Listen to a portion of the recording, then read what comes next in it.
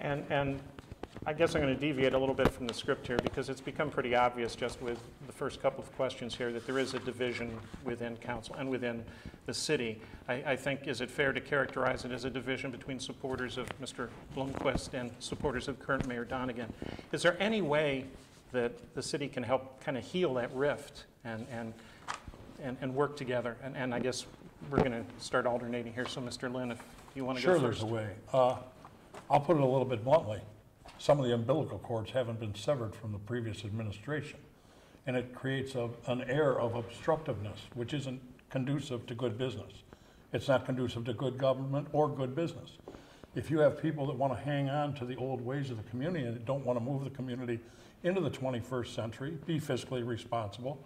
For instance, Mayor Blomquist, as I stated before, that he tried 5 times to pass tax levies, wasn't successful in increases, vetoed the renewal, but on one of the final council meetings of 2013, as he was a lame duck mayor, passed, I believe, 15 pieces of legislation within council that were all pay raises. It was like Christmas Day, 2 days early. I believe it was on, let me see. I have to find it here. I'm sorry for the delay. It was December 23rd of 2013. And there was 15 pay raises passed. I'm sorry, I apologize. It's right here. Well, do you want to just come back? You'll I get can 60 come back to it. seconds. I believe it was the last week of December, but you can check the date. Here it is, adopted 12/23 of 2013. I brought one, this particular one is building and zoning officials compensation, $80,808. It was adopted on 12/23 of 2013. I'm sorry. Okay, I think we need to move on now. Mrs. Garrity. All right, when you had talked about, how does healing occur, I like to think of it not as who was in charge before or who is in charge now, but where we're headed. And some of the goals that your falls team had was towards being financially prudent, open communication, increased technology, increasing social media so that we could reach out to people. We want people to get involved in their local government, whether they're young or they're old.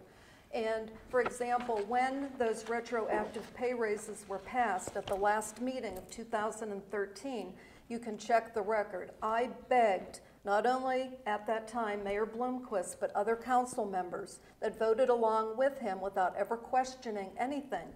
I said, please wait until the new administration and the new council is seated January 2014. We didn't have a budget, and to go back and give retroactive pay raises for 2 years was just unconscionable. But yet now I have to sit here and listen to him make statements about being financially prudent. And I just want to make sure that the public is aware of what the real facts are. We have the minutes here that show all of the lame duck legislation, those pay raises from December 2013. I'd be happy to show them to anyone.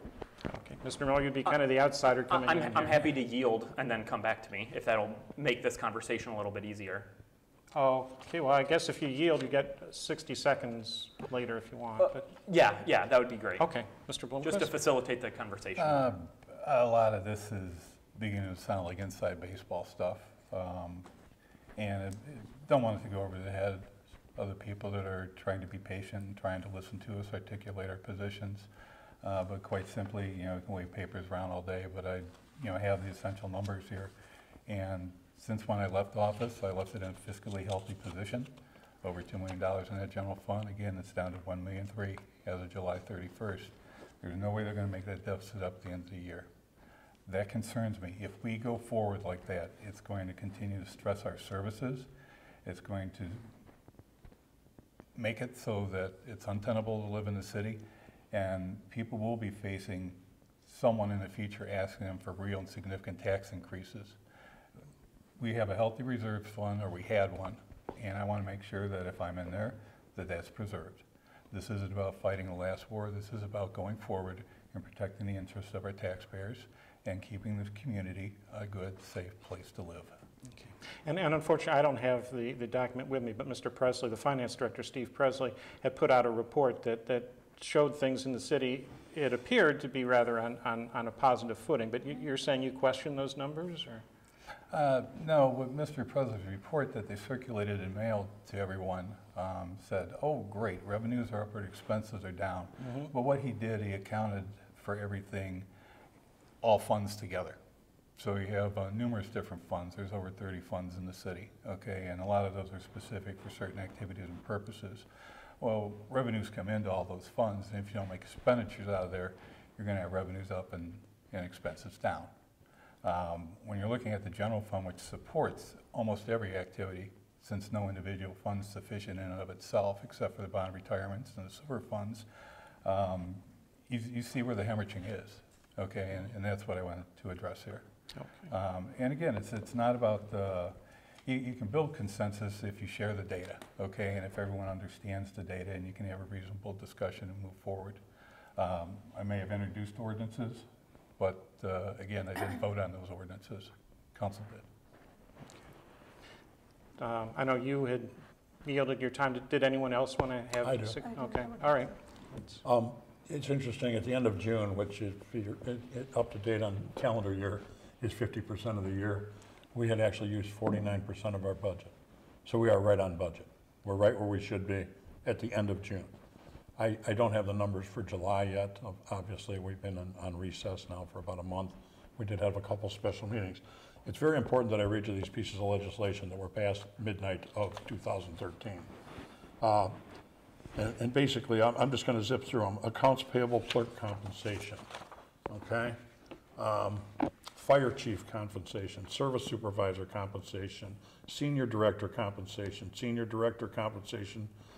again, and then finance director compensation again, council clerk compensation, assistant finance director compensation, building and zoning official compensation, building administrator compensation, assistant building administrator compensation, assistant fire chief compensation, assistant fire chief. Okay, I'm sorry. This goes on about 15 more legislations passed in midnight in 2013 without a budget. Without a budget. And that was at the end of, at the end of the Yes. year. at right? the end of the year, without a budget, without knowing what the new council and administration would be faced with. Okay. I'm sorry, we better move on. Mrs. Garrett. Okay. And again, I could keep mentioning things, but I think there's just some jealousy about what's been happening with efficiencies and streamlining of services.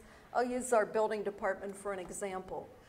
We hired an additional member into our building department when building was at 0 level. Even our building and zoning official said we just had no new construction happening in Olmsted Falls. We brought some in at a very high salary rate. So we have this building department where everyone is sitting and just waiting for the phone to ring or waiting for someone to walk into the office, which is highly inefficient. So we've been able to streamline services by outsourcing, and we've saved $1,000 there. So instead of hiring additional, $100,000. I'm sorry, what did I say? You said $1,000. 100,000. I'm sorry. So instead of having people just very inefficiently sitting and waiting, now we're sharing services, and we've shared some other services also. All right. Thank you. Maybe we can get into that a little bit later. But and you're talking about Safe Built, the city hired Yes, Safe Safe Built. Built, yeah. Mr. Miller. Great. I just wanted to hopefully kind of wrap this up a little bit. I actually agree with what a couple other people had said here. What Bob had mentioned previously, that I think we're all doing this for the citizens of Olmsted Falls. That's ultimately what government is supposed to be for. Every position in government is really a service position to the residents. When I was going through talking to people in my neighborhood, people around the ward, the first comment they said was that they don't feel like they're being represented on council. They don't feel like they have a government that's representative of them, and they don't feel like they have a government that's engaged in some of the issues that they're concerned about. And then moving on to what Linda had said, she said instead of looking at the past, she's more interested in looking towards the future. That's exactly why I decided to throw my hat in the ring, and that's exactly what I hope to do should I be elected for this position. I'm not interested in the bickering that happened 5 years ago, 10 years ago, even 3 years ago. I'm looking at moving ahead and making Olmsted Falls better for all of the residents. Okay. And I guess we started Mr. Lynn, so Mr. Blomquist, did you have any follow-up? No, we can move on. Okay.